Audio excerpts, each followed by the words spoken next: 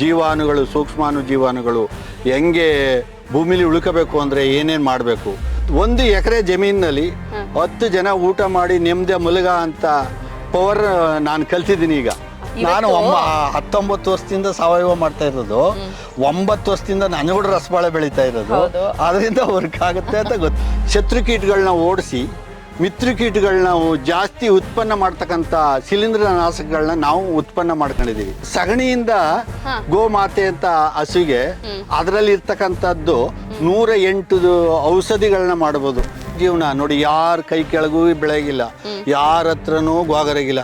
Minister ಬೇಕಾ ನಮ್ಮ ಹತ್ರ ಬರ್ತಾರೆ, ಆಫೀಸರ್ ಬೇಕಾ ನಮ್ಮ ಹತ್ರ ಬರ್ತಾರೆ. ಹೆಣ್ಣು ಸಿಗಲ್ಲ ಅನ್ನೋ ಒಂದು ಕಾರಣಕ್ಕೆ ಬೇರೆ ಕಡೆ ಕೆಲ್ಸಕ್ಕೆ ಹೋಗ್ತಾ ಇದ್ದಾರೆ. ಅದು ಪರ್ಮನೆಂಟ್ ಆಗಿದೆ ಅವ್ರಿಗೆ.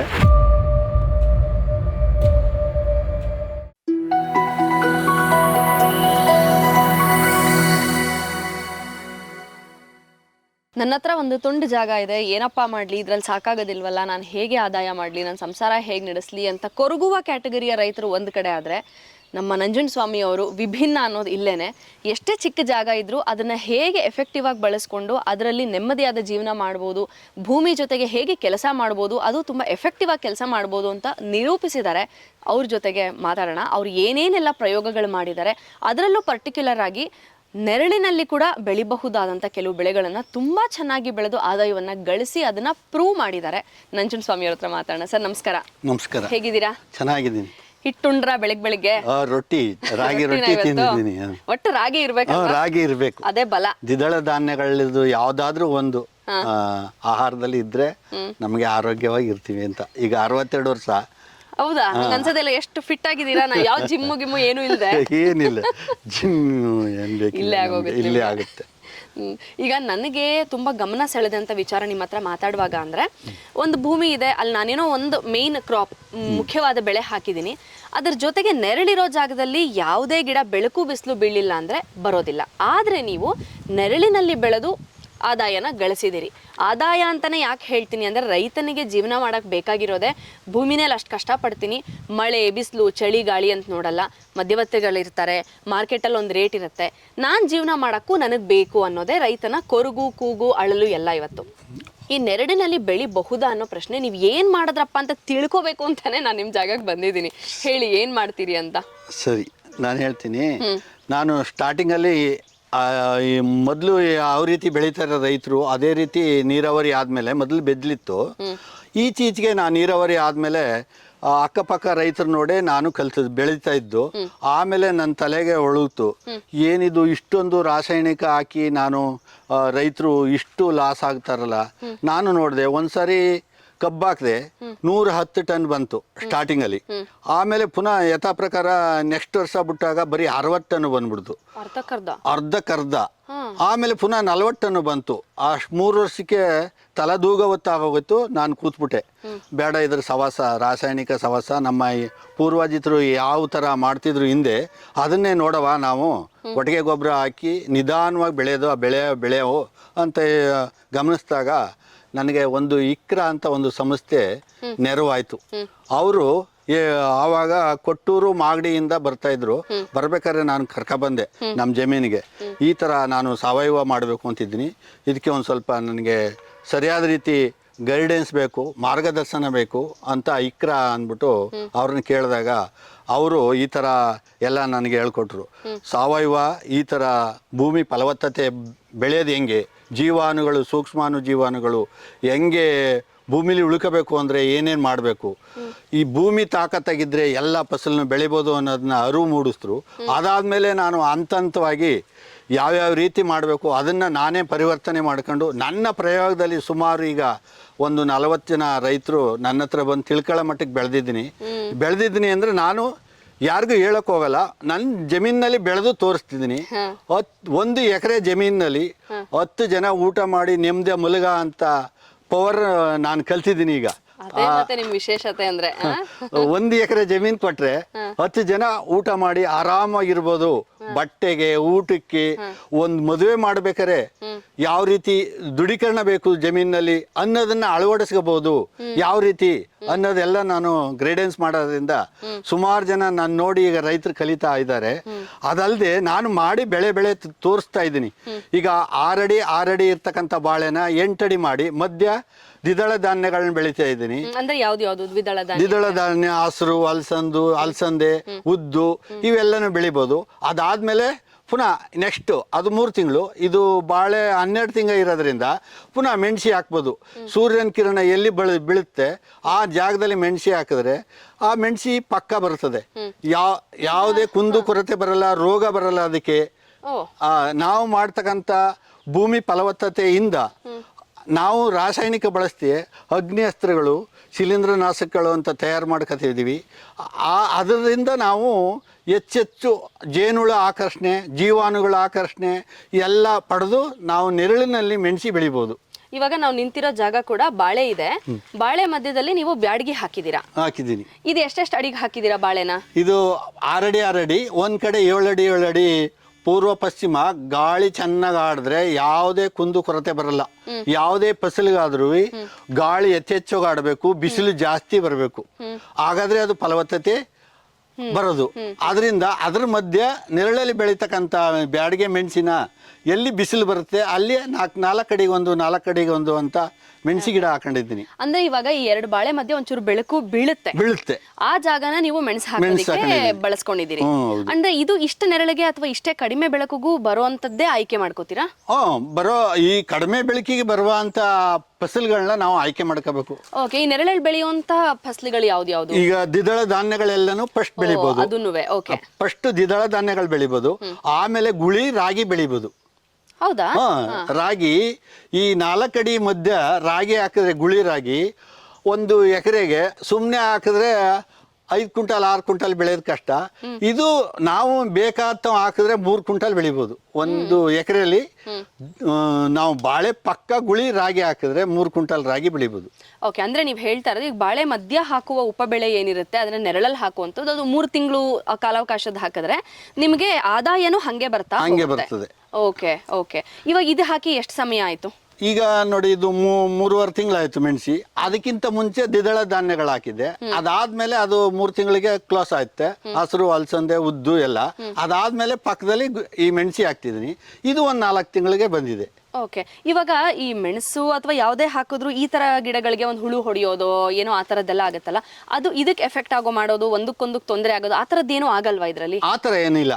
ಎಲ್ಲಾ ಕೀಟನಾಶಕಗಳು ನಾವು ಬಳಸೋದು ಶತ್ರು ಕೀಟಗಳನ್ನ ಓಡಿಸಿ ಮಿತ್ರ ಕೀಟಗಳನ್ನ ನಾವು ಜಾಸ್ತಿ ಉತ್ಪನ್ನ ಮಾಡ್ತಕ್ಕಂಥ ಶಿಲೀಂಧ್ರನಾಶಕಗಳನ್ನ ನಾವು ಉತ್ಪನ್ನ ಮಾಡ್ಕೊಂಡಿದೀವಿ. ನೀವು ಎಲ್ಲಿಂದ ತರ್ತೀರಾ ಅದನ್ನೆಲ್ಲ ನನ್ನ ಜಮೀನಲ್ಲಿ ಹಸು ಸಗಣಿಯಿಂದ ಗೋಮಾತೆ ಅಂತ ಹಸುಗೆ ಅದರಲ್ಲಿ ಇರ್ತಕ್ಕಂಥದ್ದು 108 ಔಷಧಿಗಳನ್ನ ಮಾಡಬಹುದು. ಸಗಣಿಲಿ ಮತ್ತೆ ಗಂಜಲದಲ್ಲಿ, ಮೊಸರಲ್ಲಿ, ಹಾಲಲ್ಲಿ, ಬೆಣ್ಣೆಯಲ್ಲಿ, ತುಪ್ಪದಲ್ಲಿ ಇಷ್ಟು ಗೋಮಾತೆ ಗೋವಾಮೃತ ಅನ್ನೋದು ನೋಡಿ. ಮೊಸರು ಹಾಕಿದ್ರೆ ಮೊಸರು, ಹಾಲು, ತುಪ್ಪ, ಸಗಣಿ, ಗಂಜಲ, ಅವು 5 ಗೋಮಾತೆ. ಅದು 5 ಹಾಕ್ಬಿಟ್ಟು ಕಲಸಿದ್ರೆ ನಿಮ್ಮ ಕೈ 15 ದಿನ ಘಮ ಅಂತಿರುತ್ತೆ. ಯಾವ ಸೆಂಟು ಬೇಡ, ಯಾವುದು ಬೇಡ. ಗಿಡಗಳಿಗೂ ಅಷ್ಟೇ. ಅದು ಏನಾಗುತ್ತೆ ಅಂದ್ರೆ ಅದನ್ನ ಹಾಕಿದ್ರೆ ಸೂಕ್ಷ್ಮಾಣುಜೀವಿಗಳು ಈ ಶತ್ರು ಕೀಟಗಳನ್ನ ಓಡಿಸೋ ಅಷ್ಟು ಗಟ್ಟಿತನ ಅದರಲ್ಲಿ ಬರುತ್ತೆ.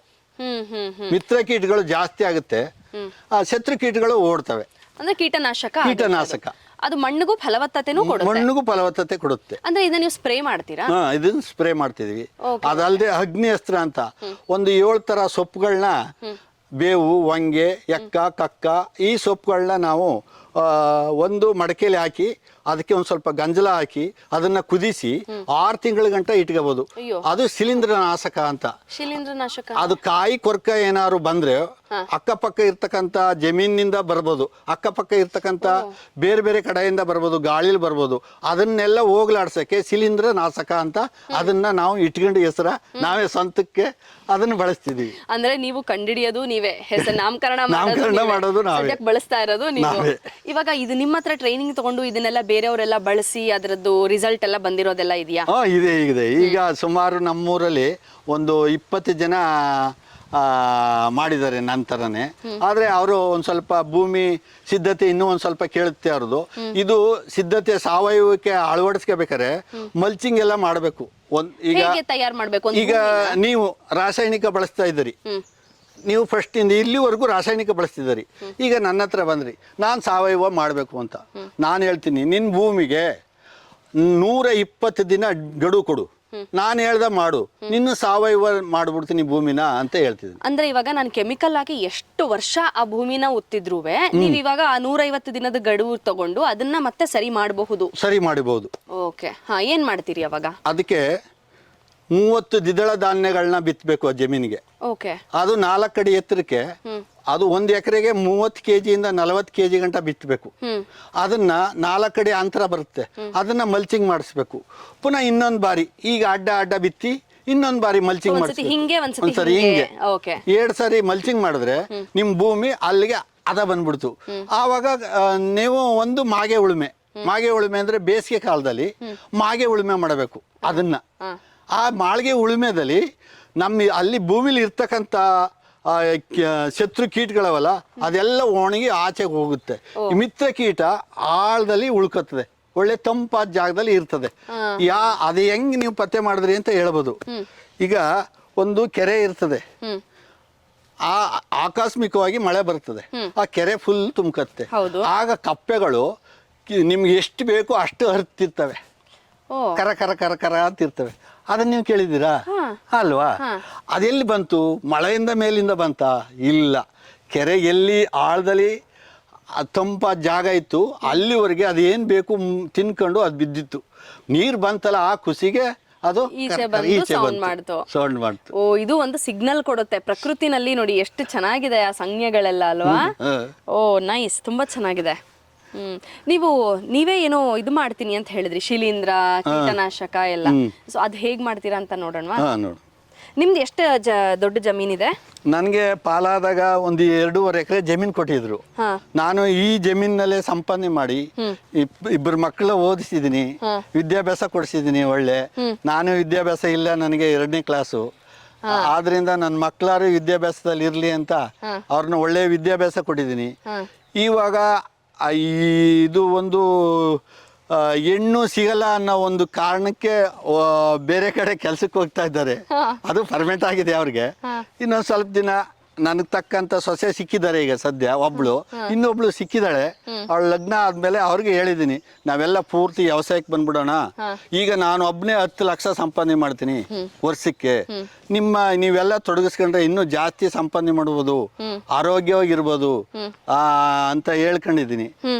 ನಾವು ನಮ್ಮ ಮಕ್ಕಳನ್ನ ಇನ್ನು ನೆಕ್ಸ್ಟ್ ಆ ಭೂಮಿಯಲ್ಲಿ ಭೂಮಿ ತಾಯಿಗೆ ಸೇವೆ ಮಾಡಬೇಕು ಅಂತ ಹೇಳ್ಕೊಂಡಿದ್ದೀನಿ. ಇವತ್ತಿನ ಮಕ್ಕಳು ಒಪ್ತಾರಾ? ಇವಾಗ ನಿಮ್ಮನೆ ಮಕ್ಕಳೇನೋ ಒಪ್ಪಿದ್ರು, ಬೇರೆ ಮನೆ ಯುವಕರಿಗೆ ಏನ್ ಹೇಳ್ತಾರೆ? ಯುವ ರೈತರಿಗೆ ಅಂದ್ರೆ ಜಮೀನಿದೆ, ತಂದೆನೂ ಮಾಡ್ತಿದ್ದಾರೆ, ತಂದೆ ಜಮೀನಿದೆ, ಆದ್ರೆ ನಾನ್ ಬೇಡಪ್ಪ ಕೆಲ್ಸಕ್ಕೆ ಹೋಗ್ತೀನಿ, ಇನ್ನೊಂದ್ ಕಡೆ ಬೆಂಗಳೂರಿಗೆ ಹೋಗ್ತೀನಿ ಅಂತಾರೆ. ತಪ್ಪಲ್ಲ ಯಾವುದುವೆ, ಬಟ್ ಆದ್ರೆ ಇವತ್ತಿನ ಯುವ ಜನತೆ ಏನ್ ಹೇಳ್ತೀರಾ? ಅವ್ರ ಹತ್ರ ಜಾಗ ಇದ್ರೂನುವೆ ಮಾಡ್ರಪ್ಪ ಅನ್ನೋದಕ್ಕೆ ಏನು ಒಂದು ದೃಢವಾದ ಒಂದು ಭರವಸೆ ಏನು? ನಾನು ನಿಮಗೆ ಸಲುವಾಗಿ ಹೇಳ್ತೀನಿ, ನೀವು ಎಲ್ಲರೂ 2 ಎಕರೆ ತಗೊಳ್ಳಿ, ಆರಾಮ್ ಜೀವನ ಮಾಡ್ಬೋದು ಅಂತ ನಿಮ್ಗೆ ಹೇಳ್ತೀನಿ ನಾನು. ಯಾಕೆ ಅಂದ್ರೆ ಆರಾಮ್ ಜೀವನ ನೋಡಿ, ಯಾರ ಕೈ ಕೆಳಗೂ ಬೆಳಗಿಲ್ಲ, ಯಾರ ಹತ್ರನೂ ಗೋಗರಗಿಲ್ಲ. ಮಿನಿಸ್ಟರ್ ಬೇಕಾ ನಮ್ಮ ಹತ್ರ ಬರ್ತಾರೆ, ಆಫೀಸರ್ ಬೇಕಾ ನಮ್ಮ ಹತ್ರ ಬರ್ತಾರೆ.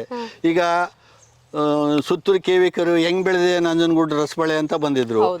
ಆರ್ಟಿಕಲ್ ಡಿಪಾರ್ಟ್ಮೆಂಟ್ನವರು ಹೆಂಗ್ ಬೆಳಿತೀಯ ನೀನು ನಂಜನಗೂಡು ರಸಬಾಳೆ, ಅಳಿಸಿ ಹೋಗಿತ್ತಲ್ಲ ಅಂತ ಬಂದಿದ್ದಾರೆ. ಈ ತರ ನಾವು ಒಂದು ಸಾಧನೆ ಮಾಡಬೇಕು. ಆಮೇಲೆ ರೈತನಿಗೆ ಉಪಕಸುಬುಗಳು ಬೇಕು. ಅಂದ್ರೆ ಯಾವ್ಯಾವ್ದು? ಕೋಳಿ ಸಾಕಾಣಿಕೆ ಬೇಕು, ಹಸು ಸಾಕಾಣಿಕೆ ಬೇಕು, ಕುರಿ ಸಾಕಾಣಿಕೆ ಬೇಕು, ಆಡ್ ಸಾಕಾಣಿಕೆ ಬೇಕು. ಎಲ್ಲ ಬೇಕು ಅಂತ ಹೇಳಲ್ಲ ನಾನು, ಯಾವ್ದಾದ್ರು ಒಂದು ಉಪಕಸುಬು ಬೇಕು. ಸುತ್ತ ಜಾಸ್ತಿ ಇದ್ರೆ ಅರಣ್ಯ ಗಿಡಗಳು ಹಾಕೊಂಡ್ರೆ ನಮಗೆ, ನಾನು ನೋಡಿ ಈಗ ನಾನು ಸಣ್ಣ ರೈತನಾಗಿದ್ದಾಗ ಅಂದರೆ ಈಗ 5 ಎಕರೆ ಆಗಿದ್ದೀನಿ. ಮೊದಲು 2.5 ಎಕರೆ ನಮ್ಮ ತಂದೆ ಕೊಟ್ಟ ತಕ್ಷಣ ನಾನು ಹಾಕಿದ್ದು 5 ಗಿಡ ಹೆಬ್ಬೇವಿನ ಗಿಡ ಅಂತ ಹಾಕಿದೆ. ಅದು ಹೆಬ್ಬೇವಿನ ಗಿಡ ಬರೀ 6 ವರ್ಷದಲ್ಲಿ 20,000 ರೂಪಾಯಿ ಸಿಗುತ್ತೆ ನಮಗೆ. ಅದ 4 ಗಿಡ ಒಂದೊಂದು ಕಡೆ ಹಾಕೊಂಡ್ರೆ ಅದು ನಮ್ಮ ಮಕ್ಕಳ ವಿದ್ಯಾಭ್ಯಾಸಕ್ಕೆ ನಮ್ಗೆ ಯಾವ್ದಾದ್ರು ಕಷ್ಟ ಸುಖ ಬಂದಾಗ ಆ ಥರ ಮೈಂಡಲ್ಲಿ ರೈತ ವರ್ಕ್ ಮಾಡಬೇಕು. ನಮಗೆ ಇನ್ನೊಬ್ಬನ ಹತ್ರ ಕೈ ಚಾಚಕ್ಕೆ ಹೋಗ್ಬಾರ್ದು ಅಂದರೆ ನಮ್ಮ ಜಾಗದಲ್ಲಿ 4 ಗಿಡ ಹಾಕೊಂಡ್ರೆ 1 ವರ್ಷಕ್ಕೆ 4 ಗಿಡ, ಅದು 4 ಗಿಡ ತರಿದ್ರೆ ನಮಗೆ 80,000 ರೂಪಾಯಿ ಬರುತ್ತೆ. ಸಿಗುತ್ತೆ. ಅದೇ ರೀತಿ ಬರೋ ವರ್ಷಕ್ಕೆ 4 ಗಿಡ ತರೆಯೋದು, ಅದನ್ನ ಮಾರಾಟ ಮಾಡೋದು, 80,000 ರೂಪಾಯಿ ಸಿಗುತ್ತೆ. ಯಾವ್ದಾದ್ರು ಹಬ್ಬ ಅರ್ಜಿನ ಮಾಡ್ಬೋದು, ಒಂದು ಶುಭ ಸಮಾರಂಭಗಳು ಮಾಡ್ಬೋದು, ಮದುವೆ ಮುಂಜುಗಳೇ ಮಾಡಕ್ ಬಿಡ್ಬೋದು ನೀವು ಹೇಳೋ ಲೆಕ್ಕದಲ್ಲಿ, ಜಾಸ್ತಿ ಜಾಗ ಇತ್ತು ಅಂದ್ರೆ. ಸೊ ರೈತನಾಗಿ ಬದುಕಿ ಉಳಿಯೋದಿಕ್ಕೆ ಸಾಧ್ಯತೆ ಖಂಡಿತ ಇದೆ. ರೈತರೆಲ್ಲ ಏನು ಸಿಟಿಗೆ ಹೋಗ್ಬಿಡ್ಬೇಕು, ಜಮೀನ್ ಮಾರ್ಬಿಡ್ಬೇಕು ಎಲ್ಲ ಆ ಥರ ಏನು ಸಂದರ್ಭ ಇನ್ನೂ ನಮ್ಮ ಜಾಗದಲ್ಲಿ ಇಲ್ಲ ಅಲ್ವಾ? ಇಲ್ಲ. ಸೊ ಇದೇನಾ ನೀವು ಮಾಡಿರೋದಲ್ಲ ಕೀಟನಾಶಕ ಇದು ಎಲ್ಲ? ಎಷ್ಟೊಂದು ಡಬ್ಬಿಗಳಿದೆ, ಎಲ್ಲದರಲ್ಲೂ ಒಂದೇ ಇದೆಯಾ? ಇಲ್ಲ, ಎಲ್ಲದರಲ್ಲೂ ಬೇರೆ ಬೇರೆ ಇದೆ. ಎಷ್ಟು ತರ ವೆರೈಟಿ ಮಾಡಿದೀರಾ? ನಾವು ಈಗ ಸದ್ಯಕ್ಕೆ 6 ಥರ ವೆರೈಟಿ ಇದೆ.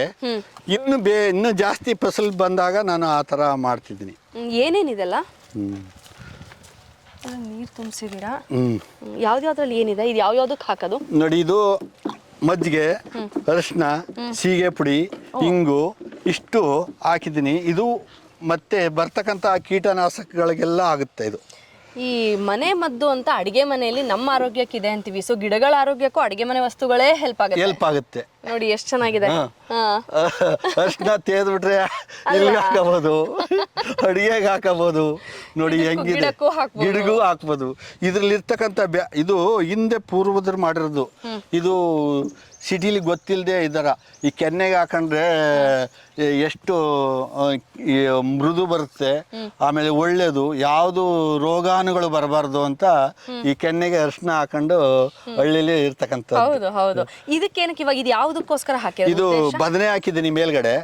ಬದನೆ ಹಾಕಕ್ಕೂ ಮುಂಚೆನೆ ನಾನು ರೆಡಿ ಮಾಡ್ಕೊಂಡೆ. ಈಗ 2 ಸಾರಿ ಸ್ಪ್ರೇ ಕೊಟ್ಟಿದ್ದೀನಿ. ಇದನ್ನ ಸ್ಪ್ರೇ ಮಾಡಿದ್ದೀನಿ. ಇದನ್ನ ಸ್ಪ್ರೇ ಮಾಡಿದ್ದೀನಿ. ಇದು ಕೀಟನಾಶಕ. ಆಮೇಲೆ ಇದಕ್ಕೇನಾದ್ರು ಬೊಗ್ನಿಲ್ಲ ಅಂದ್ರೆ ಇದು ನೋಡಿ ಶಿಲಂಧ್ರ ನಾಶಕ. ಇದು ಎಲ್ಲಾ ತರ ಎಲೆಗಳಿದೆ ಇಲ್ಲಿ, ಎಲ್ಲಾ ತರ ಎಲೆ. ಬುಕ್ತಾಳೆ ಅಂದ್ರೆ ನಿಮ್ಗೆ ಗೊತ್ತು, ಅಲ್ಲಿ ಉಂಟು ನೋಡಿ. ಅದನ್ನ ಕೈಗೆ ಸೋರ್ಕೊಂಡ್ರೆ ಚುರು ಅಂತಿದೆ. ಅದನ್ನ ರಸ ಮಾಡಿದ್ದೀನಿ ಇಲ್ಲಿ. ಈ ತುರ್ಕೆ ಸೊಪ್ಪು ಅಂತೀವಲ್ಲ ಆ ತರನೇ ಅದು ತುರ್ಕೆ ಸೊಪ್ಪು ತರನೇ ಬುಕ್ತಾಳೆ ಅದು. ಮತ್ತೆ ಎಕ್ಕದೆಲೆ, ಕಕ್ಕ ಎಲೆ. ಎಕ್ಕದೆಲೆ ವಿಷಯ ಗೊತ್ತೇನು ನಿಮ್ಗೆ?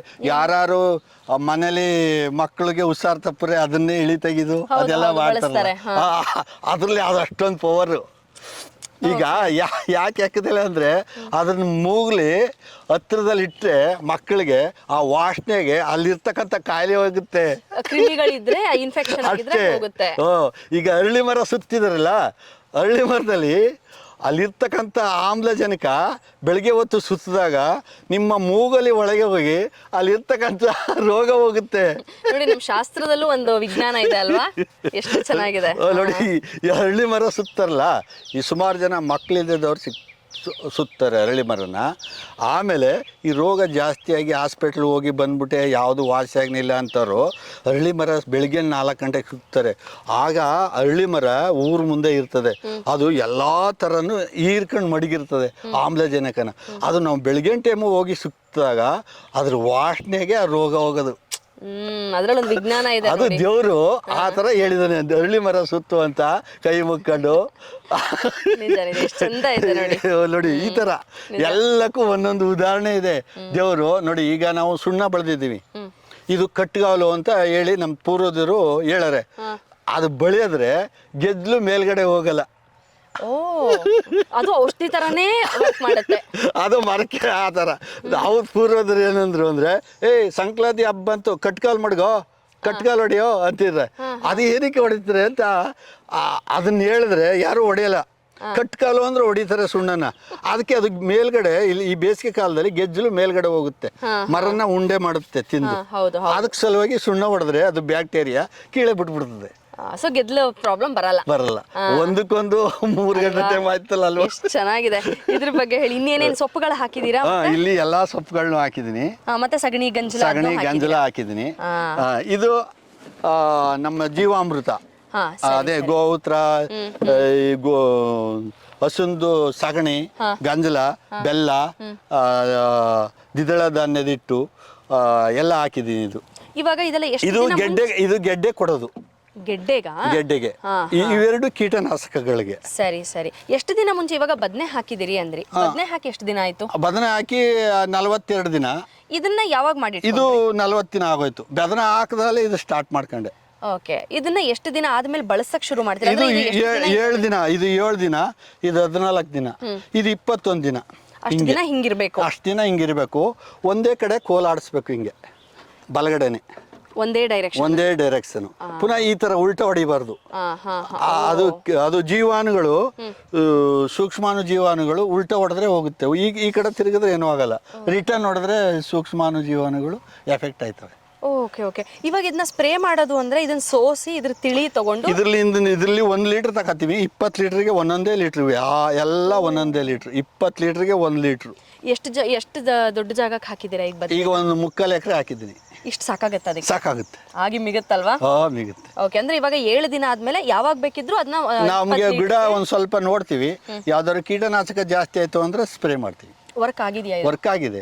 ನಾನು 19 ವರ್ಷದಿಂದ ಸಾವಯವ ಮಾಡ್ತಾ ಇರೋದು. 9 ವರ್ಷದಿಂದ ನಾನು ಕೂಡ ರಸಬಾಳೆ ಬೆಳೀತಾ ಇರೋದು. ಅದರಿಂದ ವರ್ಕ್ ಆಗುತ್ತೆ ಅಂತ ಗೊತ್ತು. ಅಂದ್ರೆ ಇವತ್ತು ಸುಲಭವಾಗಿ ಎಲ್ಲೋ ಒಂದು ಔಷಧಿ ಸಿಗುತ್ತೆ, ಇದನ್ನೆಲ್ಲ ಮಾಡಬೇಕು, ತರಬೇಕು, ಆಡಿಸ್ಬೇಕು, ಯಾಕಷ್ಟು ಕಷ್ಟಪಡೋಣ, ಸುಲಭವಾಗಿ ಸಿಗುತ್ತಲ್ಲ ಅಂತ ಹೋಗಿ ತಂದು ಹಾಕ್ಬಿಡೋರ ಸಂಖ್ಯೆ ಜಾಸ್ತಿ. ಸೊ ಇದು ನಮ್ಮ ಜೀವನೂ ಬದುಕಿಸುತ್ತೆ, ಗಿಡದ ಜೀವನೂ ಬದುಕಿಸುತ್ತೆ ಅಲ್ವಾ? ಈಗ ಇದನ್ನ ನಾವು ಮುಚ್ಚಿ ಮಡಿಕೊಂಡು ಬಹಳ ಜೋಪಾನ ಮಡಿಕತೀವಿ. ಅವ್ರು ಏನ್ ಮಾಡ್ತಾರೆ ಅಂದ್ರೆ, ಅವ್ರು ತಂದದನ್ನ ಇದನ್ನ ನಾವು ಕುಡಿದ್ರು ಏನೂ ಆಗಲ್ಲ, ಇದನ್ನ ಕುಡಿದ್ರು ಏನೂ ಆಗಲ್ಲ. ಅವ್ರದ್ ಕುಡಿದ್ರೆ ಎಲ್ಲ ಸೋತೋಗ್ಬಿಡ್ತಾರೆ. ನಮ್ಮ ಮಿತ್ರ ಕೀಟ, ಶತ್ರು ಕೀಟ ಎಲ್ಲನೂ ಸಾಯಿಸ್ಬಿಡುತ್ತೆ. ಇದನ್ನ ಮುಚ್ಚಿಡ್ತೀರಾ? ಮುಚ್ಚಿಡ್ತೀವಿ ರಾತ್ರಿ ಹೊತ್ತು. ಇದಕ್ಕೆ ಏನು ಬೇರೆ ಏನು ಬಂದು ಡಿಸ್ಟರ್ಬ್ ಮಾಡುವಂಥದ್ದು ಏನಾಗಲ್ವಾ? ಇಲ್ಲ.